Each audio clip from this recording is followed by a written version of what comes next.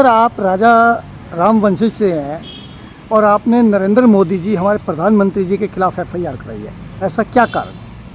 नहीं, हमने प्रधानमंत्री जी के ऊपर एफआईआर कराया इसलिए कि अयोध्या राम जन्मभूमि का मसला सुप्रीम कोर्ट ने भगवान राम के नाम से मुकदमा जीता और सुप्रीम कोर्ट ने भारत सरकार को निर्देश दिया कि आप एक निर्माण कमेटी बनाइए और अयोध्या राम जन्मभूमि पर निर्माण जैसे हो वैसे कराइए।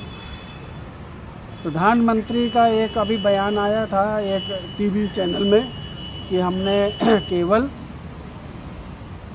नृपेंद्र मिश्रा जी जो पूर्व उनके अधिकारी थे, स्टाफ के प्रमुख सचिव थे, उनको निर्माण कमेटी का चेयरमैन बना दिया है।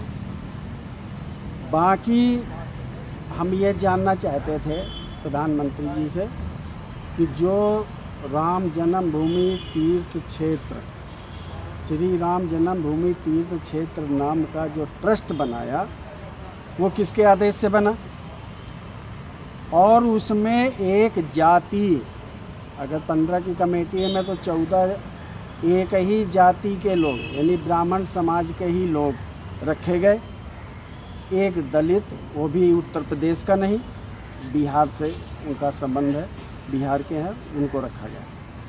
मुकदमे में राम वंशज की तलाश हुई, राम वंशज प्रस्तुत हुए, शपथ पत्र दिया, वंशावली दिया और मुकदमा भगवान को ही घोषित करके भगवान राम को क्षत्रिय कुल में जन्म होने का सुप्रीम कोर्ट ने मान लिया और मुकदमा उनके ही पक्ष में दिया गया।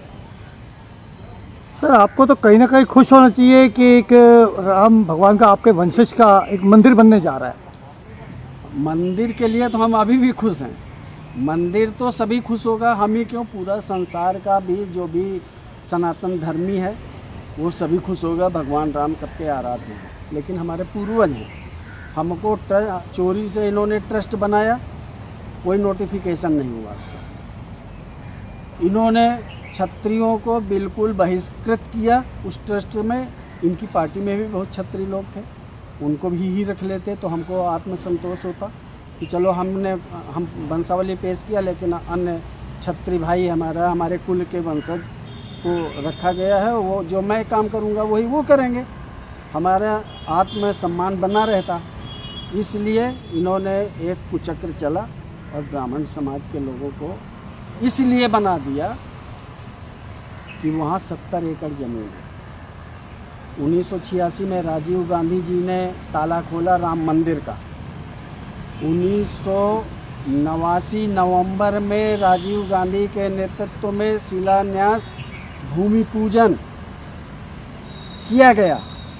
अशोक सिंघल साहब थे जो विश्व हिंदू परिषद के, परमहंस महाराज रामचंद्र जी थे, इन लोगों ने शिलान्यास किया राजीव गांधी की सहमति पर। इसके बाद क्या हुआ, तब तक कोई राम मंदिर ही सब लोग बोलता था, कोई मस्जिद नहीं बोलता था, ना कोई इस इतने प्रकरण में कोई मुस्लिम भाई विरोध भी नहीं किया।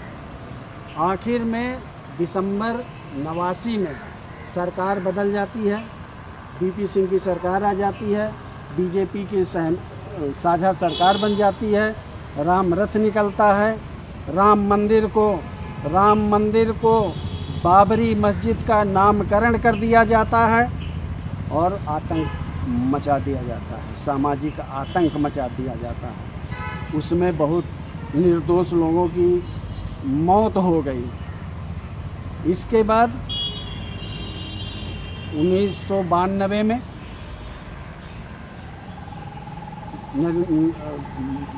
नरसिम्हा राव जी की सरकार थी, प्रधानमंत्री थे। उस समय भी इन लोगों ने एक नौटंकी बनाना चाहा, लेकिन जो साउथ इंडिया के लोग थे ज़्यादातर, इन्होंने विवादित मस्जिद बता दिया था राम मंदिर को। अभी राम की पूजा हो रही थी 89 तक, 90 से इन्होंने झगड़ा किया, वो ढांचा पब्लिक गिरा देती है।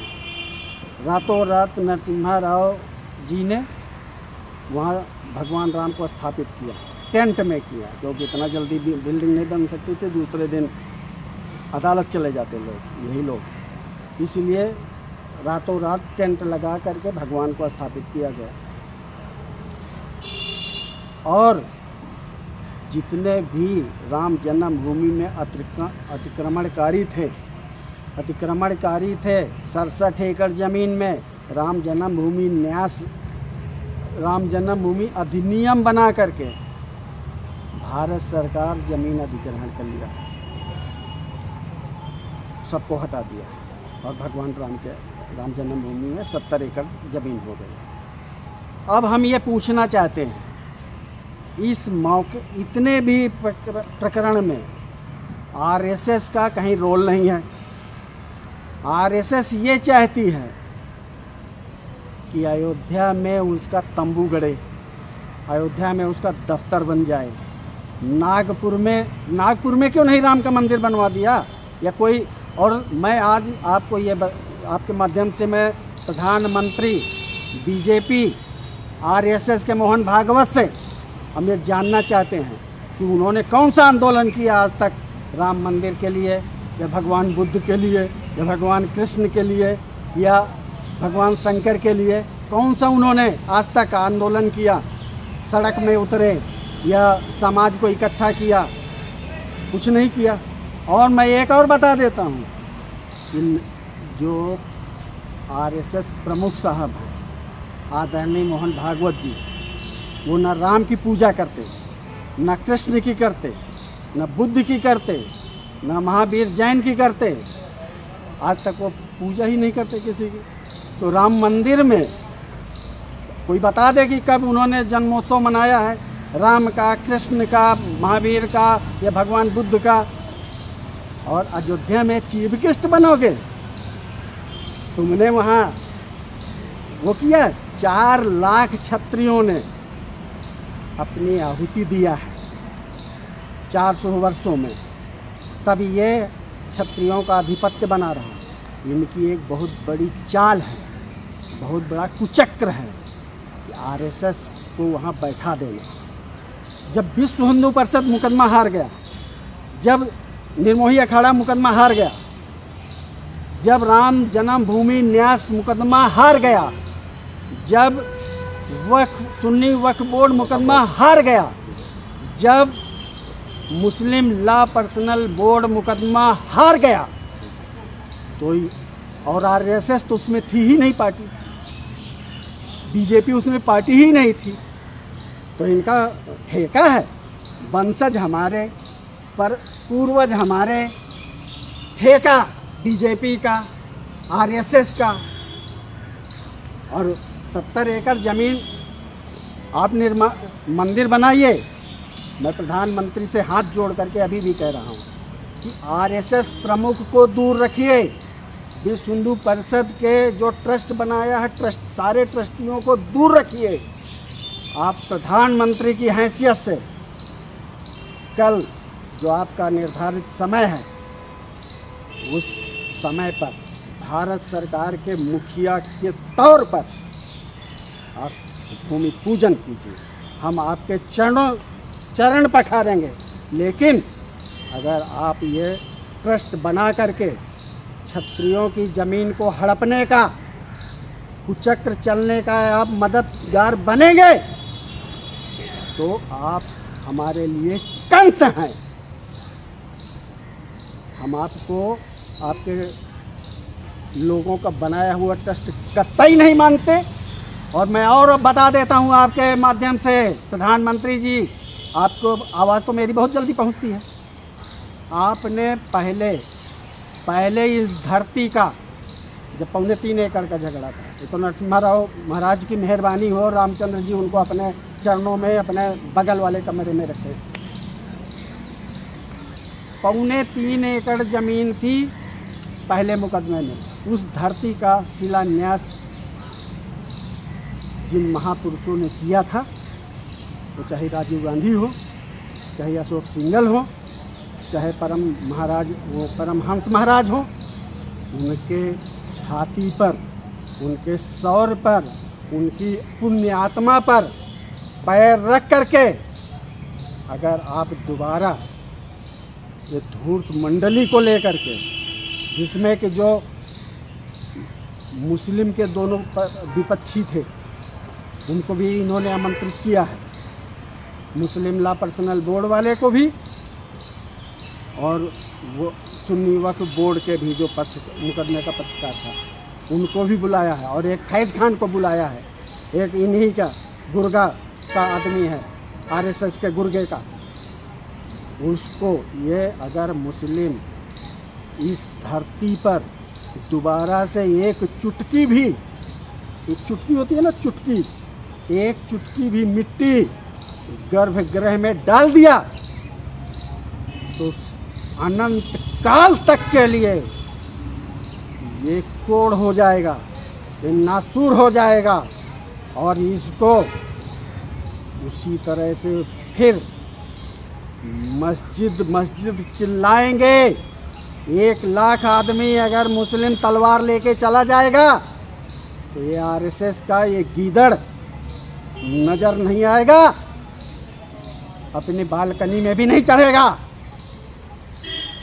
बाथरूम में घुस जाएगा।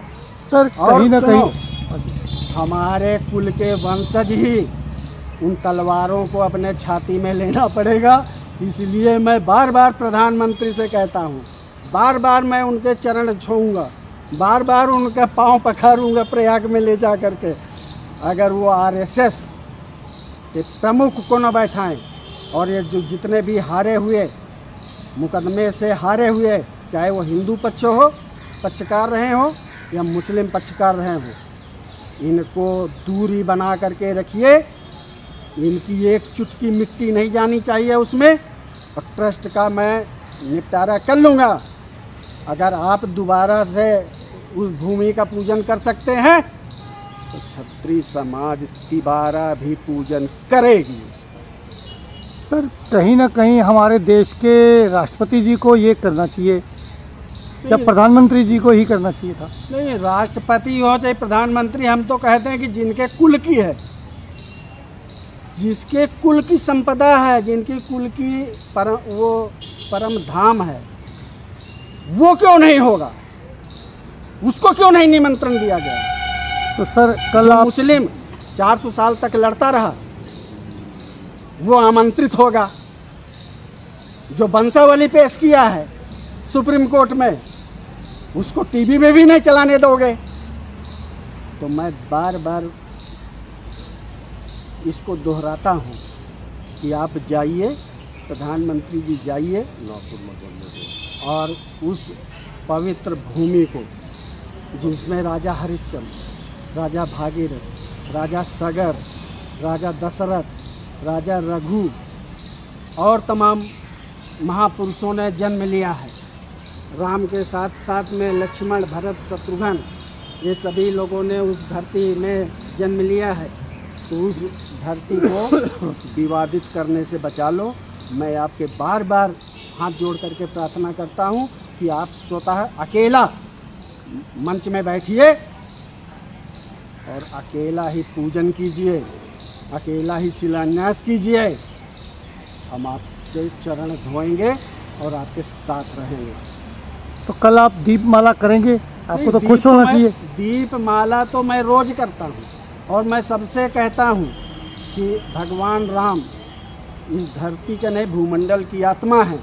इनको एक दिन दीप क्या जलाना है, रोज दीप जलाइए, रोज दीपक जलाइए।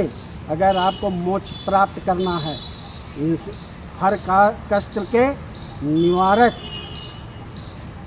भगवान राम ही हैं। ठीक है सर। और सर मेरा एक छोटा सा क्वेश्चन आपसे लास्ट चलते चलते, कि हमारे देश के अंदर इस समय कोरोना की पीड़ित जो हमारे गृह मंत्री जी हुए पड़े हैं, क्या उसके विषय में? देखो, कोरोना के पीड़ित गृह मंत्री नहीं है। कोरोना जो आरएसएस का कोरोना अयोध्या में लग गया, राम जन्मभूमि में जो कोरोना लग गया, तो ये अपनी लाज किस तरह बचाएंगे बेचारे? कोरोना ही बहाना है कुछ नहीं मिल रहा है। इज्जत बचाना तो ज़रूरी है ना, तो कोरोना के नाम से नहीं रोना है। ये अयोध्या का अपमान के लिए ये रोना है, तो अमित शाह भी रोएंगे, शिवराज सिंह चौहान भी रो रहे हैं, उमा भारती भी रो रही हैं, कल्याण सिंह भी रो रहे हैं, उमा भारती के साथ ये मुरली मनोहर जोशी रो रहे हैं, और आडवाणी तो मैं अभी पीछे मिला था, 2 घंटे मेरे से रोए थे बेचारे, मैं 2 घंटा तक रोते रहे।